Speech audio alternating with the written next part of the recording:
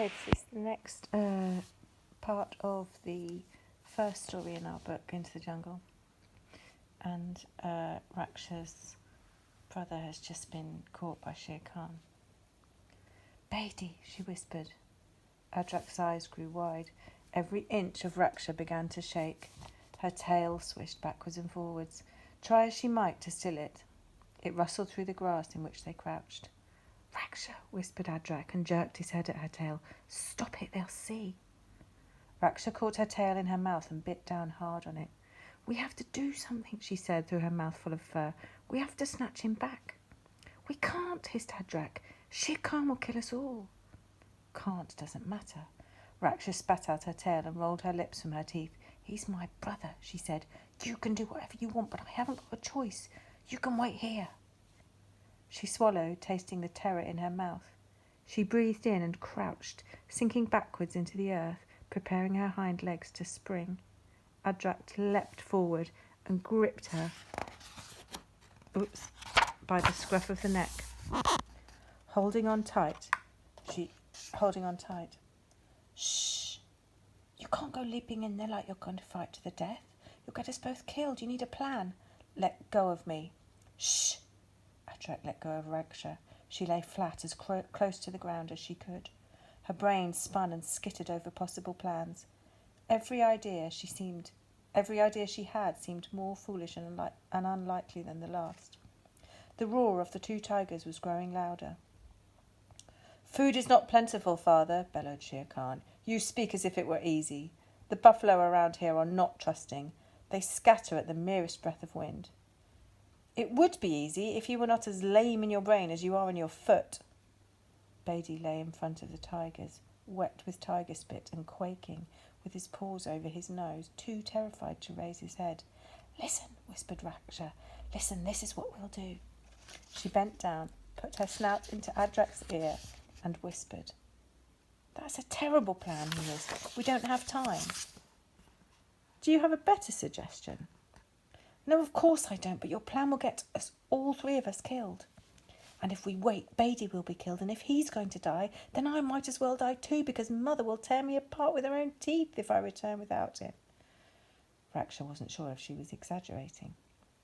Adrak let out a guttural growl of anxiety.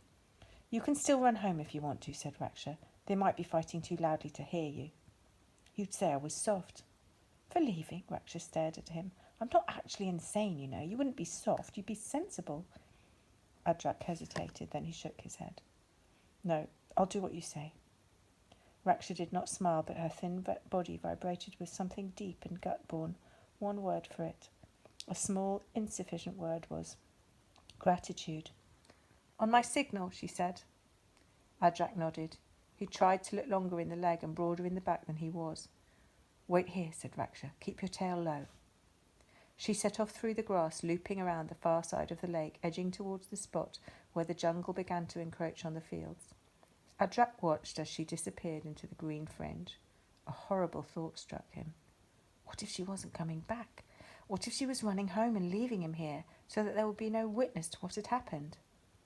The tigers had stopped roaring. The old tiger was spinning Beatty in the dirt, attempting to make him uncurl his paws so he could rake a claw down the lining of his stomach. "It squirms like a worm. You have brought me a worm for my meal." "Bite its head off." "Like a jackal? You are a grotesque misuse of tiger blood, child." "Just do it. I'm hungry." "And that is no fault of mine, boy." Suddenly, 100 wolf paces from the fringe, where the grass grew as high as a human man, there was movement, a rustle and a huffing. But it was not a small rustle made by the body of a half-year wolf cub. It was a true disturbance, of the kind made by buffalo and buck. Adrak held his breath. The tigers looked up. "There," roared the tiger. "See there, or are you as blind as well as lame? See? Something in the grass. Go." Shere Khan let out a roar that shook the barren tree above him. He rocked back on his haunches, then leapt forward with the force of a thunderstorm. But he landed on his bad paw and rolled, roaring again, now with pain, in the dust. "Idiot boy!" His father rose creakily to his feet. "I shall show you how a true tiger hunts." He sprang forward and ran through the grass. a little arthritically, but still far faster than Adrak liked. An extraordinary noise came from the grass near the jungle. A wolf cannot imitate a buffalo, but it was the closest thing possible, something between a growl and a bellow, a peculiar sound that rang through the open plain. It was the signal. Adrak shot forward out of the grass, his paws churning up the dust, and grabbed Beatty by the neck. "Run," he hissed. "Run to where the vines grow thickest." It took Beatty a moment to understand what was happening. Then he jumped up and set off, weaving slightly, running as fast as his short legs would propel him. Adrak ran behind him, ready to drag him in his teeth if need be. The green vines of the jungle were close now. Beatty paused to catch his breath. "Where's Raksha? Is she—" he panted. "No time to talk. Run!" Adrak clouted Beatty on the side of the head, exactly as his sister had done earlier that day. "Run!" They did not dare turn to watch until they were right at the edge of the green shadows of the jungle. They ducked behind a tree and stared. The tigers were running. Their progress slowed by the fact that the father was taking time to roar insults at his son. But they were close now. Adrak bent and laid his chin on the floor, feeling the vibrations of the tigers' running feet. The thing they were chasing was heading straight towards Adrak and Beatty, straight towards the dark cover of the jungle. "What is it?" hissed Beatty. "A buck? A warthog? It's Raksha." "No, it's not. It's huge." But at that moment, Raksha came into sight. She was running flat out, all four legs thumping against the ground, her tail straight out behind her. Her eyes were wild with fear. Grimly she clutched 2 elephant ear leaves in her teeth, which stuck out to either side of her, tripling the size of her shadow, and fanning the grass out in a wave before her. "Run!" called Adrak. "Run, Raksha, they're too close." She gave a yelp, dropped the leaves, and disappeared nose first into a tangle of vines. "Come on," roared Adrak. "Follow her." The tigers crashed after them.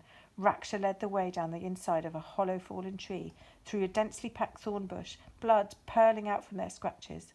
Adrak pushed Beatty ahead in front of him and felt a thorn scrape down the corner of his left eye. He let out a yelp and the siblings turned to him, half concerned, half furious. "Don't," said Beatty. "He'll hear." Adrak screwed his eyes tight and waited in the dark of the thorn bush, swallowing the angry whine that rose to his jaws. They crouched in the bush, quivering, trying not to move. They could hear the grunt and sniff of a tiger's snout as Shere Khan moved to and fro across the forest. "I can smell them. They're somewhere in there.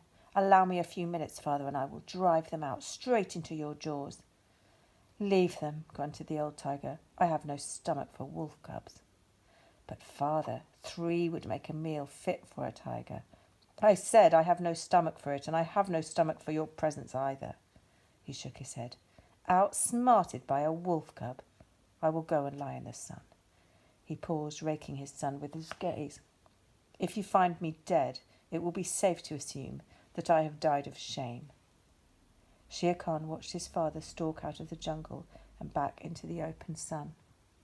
The deep orange fur on his shoulders shivered. He turned away from the thicket of thorns and planted himself on the ground. Very, very slowly, Raksha started to inch through the thicket. "Can you open your eyes?" she whispered to Adrak. "It hurts," he breathed. "It leaks." "Keep them closed. Take my tail in your mouth." He followed, his eyes closed. Beatty guided him, his snout to Adrak's rear. It didn't, in fact, help very much, and Beatty's nose was very wet and cold and kept nudging him in the bottom, but Adrak said nothing. They crept low to the ground under cover of the thorns towards the foot of the mountain. Here the rocks led a path upward, and there would be half-formed caves where a small wolf could hide and a tiger could not follow. They started up the side of the mountain. Raksha's breath began to calm. She sped up, scattering pebbles with her front paws. Shere Khan heard them. He turned, not as if about to spring up the mountain, but slowly, as a thundercloud turns towards the sun. His eyes met Raksha's. He opened his jaws and gave a roar so loud the vibrations ran up the pads of Raksha's paws into her stomach and lungs. "You, wolf cub, you are not yet old enough to understand how great a mistake you have made." Raksha said nothing. Adrak opened his unscratched eye and stared down at the angry orange blur crouched below their rocky outcrop. The tiger roared again. Raksha flattened her ears against her head. "You do not disrespect Shere Khan without living to regret it," said the tiger. "Your father does," said Raksha. "We heard." Tigers cannot blush as humans can, but they can turn hot behind the eyes. Their whiskers shake and their tails swish in unstoppable twitches across the floor. Shere Khan's whiskers shook now, and his eyes burned up at Raksha. "There will be a reckoning, wolf-child," he said. Raksha looked down at the tiger from the outcrop of rock. She said nothing, only let the hackles rise along her back, the bite and hunger and valour radiate from her half-year cub's eyes. Shere Khan looked away first. "Come, Bedi," she said. "Come, Adrak, we should run. He's not an animal to be trusted." Father Wolf paused and smiled down at his son. Mowgli was sitting bolt upright, every muscle tense. He wrapped his fists around Father Wolf's yellow-flecked front paw. "And then what happened?" "That's the end of the story." "But what happened to Adrak? What happened to Bedi?" "Bedi grew up to be as tall as Raksha and almost as strong, though never terribly wise. But he is loved. He started a pack to the east of the Seoni Hills. You may meet him one day." "And Adrak? Will I meet him?" Father Wolf scratched at the scar under his left eye with his hind leg. "Oh, yes. Adrak grew up tall enough and with a fair set of teeth, it said, but he would still be unwilling to take on Raksha in a fight."